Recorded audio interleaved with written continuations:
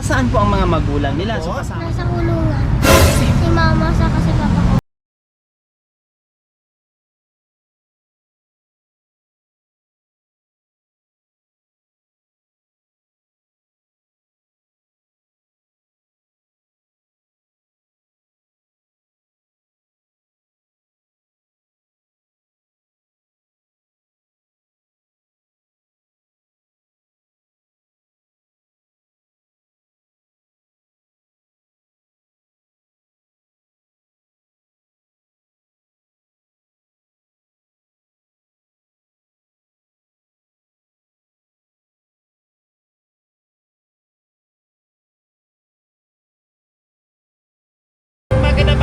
Magandang hapon po mga kabayan. Maraming salamat po sa inyong lahat sa walang sawang panunood sa aking vlogs without skipping us po mga kabayan sa araw-araw ng ating mission mga kabayan. Sa maraming salamat po sa inyong lahat. So mga kabayan, sa hapong ito, tara, buo pa rin po ang team mga kabayan. Maraming salamat po sa ating Panginoong Diyos dahil wala ng malakas na hangin at wala ng ulan. Mainit na naman ngayon sa araw na ito. Kaya tara, let's go mga kababayan. So meron na naman tayong pupuntahan ngayon. Isang senior mga kababayan na meron itong kasamang mga apo. So titingnan natin kung sino ang naghahanap buhay para doon sa mga apo niya na inaalagaan.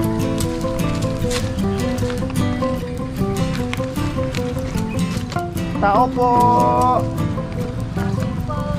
Hi, good afternoon. Pasensya na sa aming disturbo. Hello po.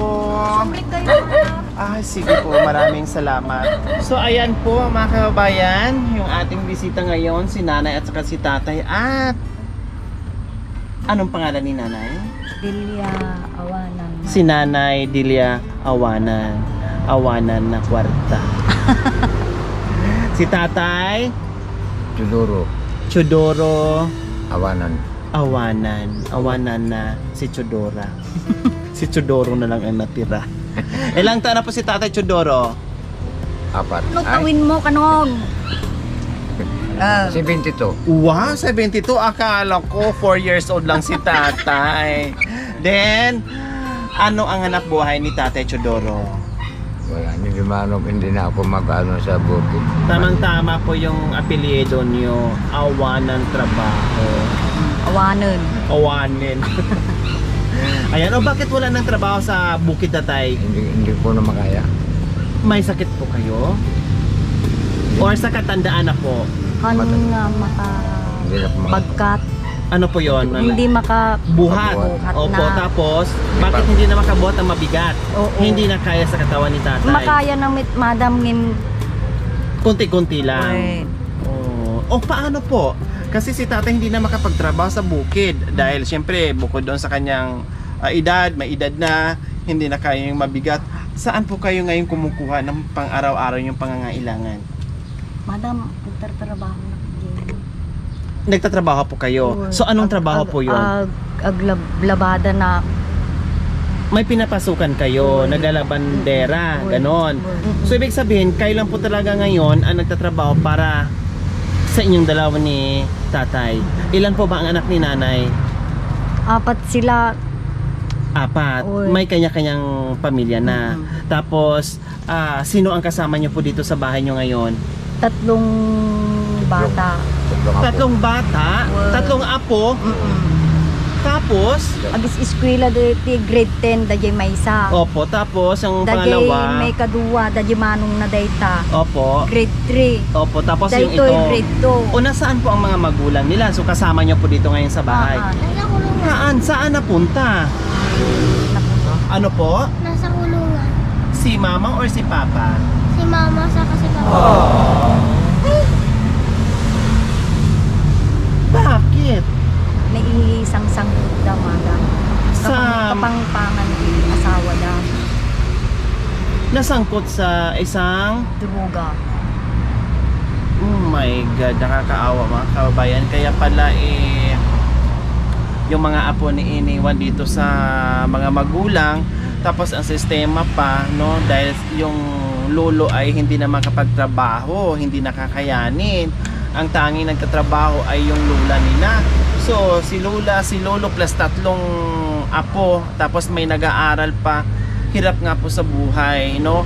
Buti sana kung medyo malakas pa sana si tatay kahit papaano magawa ng paraan sa bukid, kaya pa kung kahit anong klaseng trabaho. Kaya ngayon hindi, si lola lang ang nagtatrabaho para sa kanilang lahat. So bali 5 po sila, 3 apo pala si tatay at saka si nanay. Doon kinukuha yung kanilang pagkain sa araw-araw at pati pag-aaral sa paglalabandera ni nanay. O di ba? Hindi ko na masyadong ungkatin, no, yung bakit nakulong, no, kasi hindi natin alam, no, basta na yon ay nasangkot sa isang bawal na gamot, ganon. So ilang taon na po yun na nandito yung mga bata? Nabayagin. Bata pa ito, no? Duwa. bata. Duwa nga tawid. 2 years old lang siya. Pero nakikita niya at pag pumupunta kayo sa kulungan, nadadalaw nyo kasama yung mga bata. Nabayagin madam ta ayun nga rod na pandemya. Bawal. Bawal. So ilang taon na hindi nakikita sa bunsong anak nila? Agin nimin 6 years. madam. 6 years nang hindi nakikita. Sa Medyo araw, malakas-lakas panoon si tatay. Siyempre, tignan mo naman madam yung 4 o 5. so ilang taon ba silang nakakulong daw, nanay? Dajay Aabot ng ilang taon po? Hindi nyo po alam. agin nimin madam kit Pang-anim na po ngayon. kit awang mitindi mimit maurure. Wala na bang wala nang chance na makalaya, ganon? Ami garud ammo madam no. Hindi nyo rin po alam. No adati makat katungtong mi jay San Fernando. Bakit lalabas na yung nanay ng mga bata? Napapagod na ako. Sabi ko, hindi mabiitin mga da. Mabiitin, anong ibig sabihin po? Yung malapit na. Malapit na. Oo, malapit na ng malapit. Hindi ko Hanggang na. ngayon wala pa. Sabi ko, napapagod na ako. Ipaampon ko. Apay kasano ayat ipatakaran ti agpaampon. Opo. Paano magpatakaran ng magpaampon? Sabi ko. Siyempre, sabi ko naman, baka hindi ko na makukuha. Baka Siyempre po, lalo na pag merong pirmahan o talagang legal na ampon, hindi na po talaga makukuha. yung kuya niya ito, nag-aaral, sabi niya, Nay, may mag-aampon sa akin. Hindi, baka magagalit si mama mo kapag pinaampon ka. Hindi, doon na lang ako. Kasi gamin madam, kapangpangan, napili dati sida. Napili sila ng mga ulam. Mapili. Gusto masarap ang ulam. Puro masarap. Ganun po ba ang mga kapangpangan? Ayaw nilang fish. Gusto nila Itlog. Panay nga iklog, Ibon. no kwa, dajay ngay Longganisa. chicken, kung kunada ngay kit, siyempre nanginam madam bingay-bingay. Opo. Kung opo. No kwa no, Budgeted lang po yung when into no kita. sumampit da iti maliman, nay mabibising kami, adati tinapay. No siya makong ungitak matan, hanahan ko nga ko sudan. Awan mang kayo laing tim na po. Nya si datayo, anong ulam natin? Nay, gusto namin chicken o iklog. Iklog, wala pang ketchup. Kunada pa. Talagang Naku, mapili. uy. So ngayon, nasaan po yung pangalawang anak, yung lalaki? Lumabas. Pero hindi po siya natuloy doon sa pagpapaampot sa kanya. Ang kungar nga. Nandito pa rin sa inyo. Ang kungar nga kaya, madam, tabaka no sumamsampit ni inanakit, apay ngay nga pinapaampon nyo, baka kunana. Ngim Okay. mapanidjay, ayan ti mga ampong kanya na kunana. Pumunta kami doon sa kumain kami ng ihaw-ihaw. Siguro pinakain lang siya. May naawa siguro sa kanya yung ganyang sitwasyon. Ito nga rin madam, kunakahang kaya nagpilpilit, awang garod ti kwarta. Hindi mo na nakita si mama at saka si papa, anak? Hindi po. Matagal na? Namiss mo si mama at saka si papa? Gusto mo silang makita? Yung Pwede ka malaka- doong anak, pwede kang pumasyal pag hindi na bawal yung mga bata, pwede kang pumasyal doon pag dumalaw si lolo at saka si lola mo. O anong sasabihin mo kay mama at saka kay papa? Kasi matagal mo na pala hindi nakita. Anong sasabihin mo sa kanila? Mas na po sila. Ha? Mas na po din ako. Miss na miss mo na si mama at saka si papa? O sige, magmensahe ka ni mama at saka ni papa na sana makauwi na sila dito. Papa, mama, sana makawin na kayo. Miss ko na po kayo. Ayan. So ayan po yung bunso, no? May katalo ata madam. Talo ti anak na. Bakit burido pa? Pangatlo siya. Bunso. Bunso. Najay inauna. Manuti tawin na. Tabak-bati jay pangpangga. Handa kaya ito may kita. Handa kaya handa lang kayo tingulay. Ayaw din kumain ng gulay. Sinasabi nila doon, kapag pupunta kami doon kila nanay, balatong. Sinasabi nila, Sa makatuwid yung mga bata, siguro yung nandito pa yung mga magulang nila na hindi pa Niimas. nakakulong, opo, laging masarap na pagkain ang hinahain. Nasasanay yung mga bata, Una kaya na pa eh. hinahanap nila. kuna na pa'y madam, jay ngay daktari nga maling, Opo. nakikita niya, ganyan ang gusto ko, lagyan ng iklog, kuna na jay lalaki, Pero yung itong bunso, hindi mapili kung ano lang meron. kahit na pa'y saluyot. Sa ano Medyo- nga? Sa medyo lalaki. nasanay Ang nga po mamangmangan. doon. Ang mamangmangan. Opo. Nasanay nga po doon kasi ito si Bunso ay dito na lumaki sa ang nagpalaki nito ay si Lola na at saka si Lolo. Okay, so sa ganun pa man, no, nanay, tatay, wag lang kayong mawalan ng pag-asa. Malay nyo po ay makalabas din yung mama at saka yung papa niya, baka meron pang inaayos, no? Pero kahit papaano, buti lang kahit ganun man ang nangyari sa sitwasyon sa mga magulang nila, pero nandiyan kayo. Dahil kung wala kayo, mas kawawa yung mga bata na walang masasandalan, no, walang mapupuntahan. 'Di ba? Imagine kung wala kayo, kundi nasaan yung mga bata, no? Mas lalong magiging kawawa yung buhay nila. Kahit paano, matagal man silang hindi nagkita, nag-usap, pero darating din ang panahon na mabuo muli yung pamilya. At siyempre, salamat din sa inyong pagmamahal sa mga apo nyo, no, yung pasensya, no, mahirap, no, mahirap kahit isang apo nga, mahirap mag-alaga sa edad nyo, lalong-lalo na pag walang magandang income. Siyempre, sa paglalabandera, no, hindi naman po siguro araw-araw kayo naglalaban, nanay, Aman. di ba? No, dati Once or twice a week. kay kayanik Opo, no, pero ilang beses po kayo maglabas sa isang araw o sa isang linggo? tatlong Ay, tatlo. bituin, ngim washing. Washing. Pero yung iba, hindi bawal naman i-washing, di ba? Hand wash. Okay, so ganyan po mga kababayan. Pero dasal natin, dalangin natin na kahit papaano ay kaya ni nanay hanggat makalaya yung mga magulang kasi nag-aral, no, nag-aral yung tatlong magkakapatid, and then si tatay hindi na rin makapagtrabaho ng maayos, si nanay lang doon sa paglalaba. Okay, sa tanghaling ito, meron kaming surprise sa inyo, nanay. Talagang ganyan ang buhay, nanay, ha. Lumaban lang at huwag mawalan ng pag-asa, magdasal lang. Darating din ang buhay na magiging okay at mabuo itong pamilya ng mga apo mo at nandiyan yung mga magulang nila. Okay, pasok mga Ruilyos!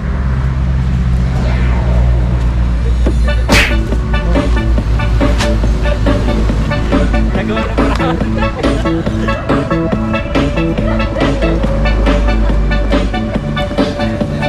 Bisayang Dako TV.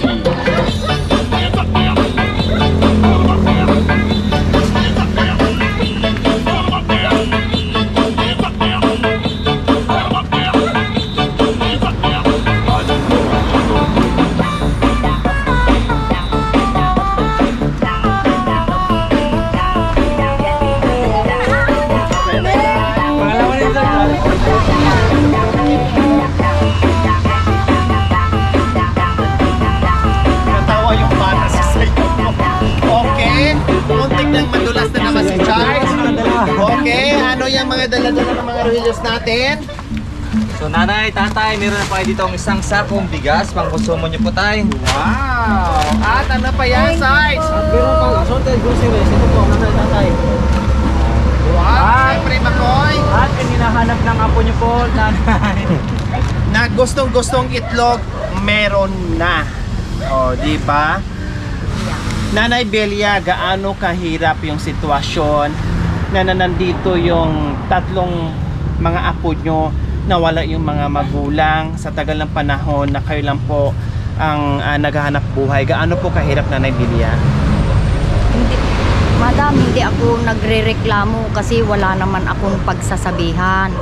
Ako lang nandito. Kung minsan sinasabi ko kay tatay, sabi ko kay tatay, maghanap ka naman ng trabaho mo, napapagod na ako. Sabi ko sa kanya, yung anak natin walang swerte. Talagang ganyan ang buhay. Kung ipapaampun natin itong mga bata, ay hindi Kaya inaano namin yung kung Masakit ba sa inyo, nanay, yung sitwasyon na hindi lang isang anak, no, pati yung manugang, dalawa po talaga sila nakakulong? Masakit po sa araw-araw na iniisip yung nakakulong hanggang ngayon? masakit madam, matagal na. Lalo kung bakit hindi nalalabas si nanay, si mama namin? Hindi lalabas, ganito ganyan. Kung may nakakausap ako sa malayo, sabi ko, bakit kailan ba lalabas yung mama nila? Napapagod na ako. Anong sinasabi ng mga bata sa inyo? Siyempre magtatanong sila sa inyo, Nanay Belia. Wala, ang sinasabi ko lang, hindi lalabas yan. Ano yung, sabi nila, nag-ano daw ng drugs si papa ko. Daji, Sabi nila, anamit nga mailiming, hindi naman nila may tatago. Kasi siguro may nagsasabi. opo, talagang kayo na lang po ang magpapaliwanag, nanay. Kasi habang lumalaki sila, mas maigi nga na medyo ngayon, alam nila unti-unti para pagdating ng panahon maintindihan nila. Yung lalaki nga, sabi niya, miss na miss ko na si papa ko, pero wala na siguro. Hindi naman na nagpaparamdam. May papa na ako ng iba. Hindi, huwag mong sasabihin ng gano'n. Papa mo pa rin yun. Sabi ko sa kanya. Opo. Kumbaga, Ang tagal na. Opo, Bakit hindi na sila lumalabas? opo, kumbaga napalaki nyo sila ng maayos. Kulang na lang ipaintindi sa kanila yung mga bagay-bagay. Marahil medyo mahirap, no? Pero unti-unting ipapaliwanag, no? Iga-guide sila para hindi sila magkaroon ng parang magiging magulo yung isipan nila, at lalong-lalo na hindi maapektuhan yung pag-aaral nila, no? Nanay, tatay, so ganito na lang, paliwanag, at lalong-lalo na talaga ito na talagang bata pa, no? Hindi pa niya alam ang mga bagay-bagay, basta ang alam lang niya, nakulong si mama, si papa, ganito, bakit ganyan. Mahirap po kasi yon i-handle, no? Mahirap po kasi yon bilang isang anak na labanan yung mga ganyang sitwasyon. Okay? Tatay, kahit papaano nandito kami, no, na magbigay ng biyaya, no, upang sa ganun makatulong sa pang-araw-araw nyo, no. I'm sure malaking bagay po talaga ito sa inyo, Nanay Belia and Tatay Chudoro, yung ating isang sakong bigas, yung ating assorted groceries, at yung ating isang tray na itlog, at syempre anak, buksan mo anak, no, at kumain ka. At syempre hindi lang yan, meron ka pang cash, Nanay Belia. Thank you ma'am. Dahito intidyo nga grasya may daktil nga tulong dahito yun kanyamin. Baglain nga abasto ti kwa pasit nga bulan. Yan, tatay, mensahe niya po sa grasya na natanggap nyo ngayon. Salamat, itong nga pag kami dito pagbagay, pinipili ng itid nga tao ti pinagpiyagkap po. Ayan, walang anuman. Thank you po. Ito, thank you sa Sa bigas po na binigay. binibigay niyo At po. saka sa Nagkain po. Ayan, walang anuman. mamaya ne, At mag-pray bibili ka, tayo. ha? Mag-pray ka lang, anak, na makalaya si mama at saka si papa, ha? O bago ka matulog, mag-pray ka, sabi mo, Lord, sana si mama at saka si papa makalaya dahil Binigat na-miss na na. namin, ha? Binigat nga, hindi mo. Dinumingo nga. Pagsisimba. Basta mga Nagsisimba ka linggo-linggo. Opo. Wow. O, bakit nagsisimba ka linggo-linggo, tuwing linggo? Nagdadasal ko po yung mga mama ko. O anong pinagdadasal mo, anak? Sinabi ko po, sana po makalabas na si mama ko po saka si papa ko po. Yan ang lagi mong dinadasal. O huwag kang magsawang magdasal, ha? Kasi malay mo, habang nandun ka sa simbahan, pagtayo mo, habang nakaluhod ka, pagtayo mo, nandoon na pala sa likuran si mama at si papa. No? Okay, sige, okay. Maraming salamat po sa walang sawang pagmamahal. DCL of Ontario, Canada, sa ating silent sponsor, ni Ma'am Imiteria Rabusa at Ate J. Maraming salamat po sa inyong ginituang puso. Nawa ipagpalain tayo ng Panginoong Diyos araw-araw. Nawa ibigyan tayo ng kalakasan ng katawan sa araw-araw. Nawa ibigyan pa tayo ng mahabang buhay upang sa ganun marami pa tayong mapuntahan, masuyod na mga kababayan natin na lubos ng ilangan na tulad nila, no, na hindi natin alam na kusang tinuturo yung ating mga paa, dinadala tayo, binibitbit tayo, mahirap, masikip na daan kung saan-saan, no? Umulan, bumagyo, uminit, ay talagang nandiyan yung ating channel upang mag-ikot at mamahagi ng biyaya. Kaya maraming salamat po sa inyong walang sawang panunood without skipping ads, mga kababayan, sa ating mga sponsors, subscribers, followers, YouTube members, viewers, commentators, sa inyong lahat. Maraming salamat po sa inyong pakikiisa. Mga kababayan, huwag niyo pong kalimutan, paki-share, subscribe sa aking YouTube channel, Lori Aquino Talita. Maraming salamat po. God bless us all. Bye! Thank you po. Sa grasya.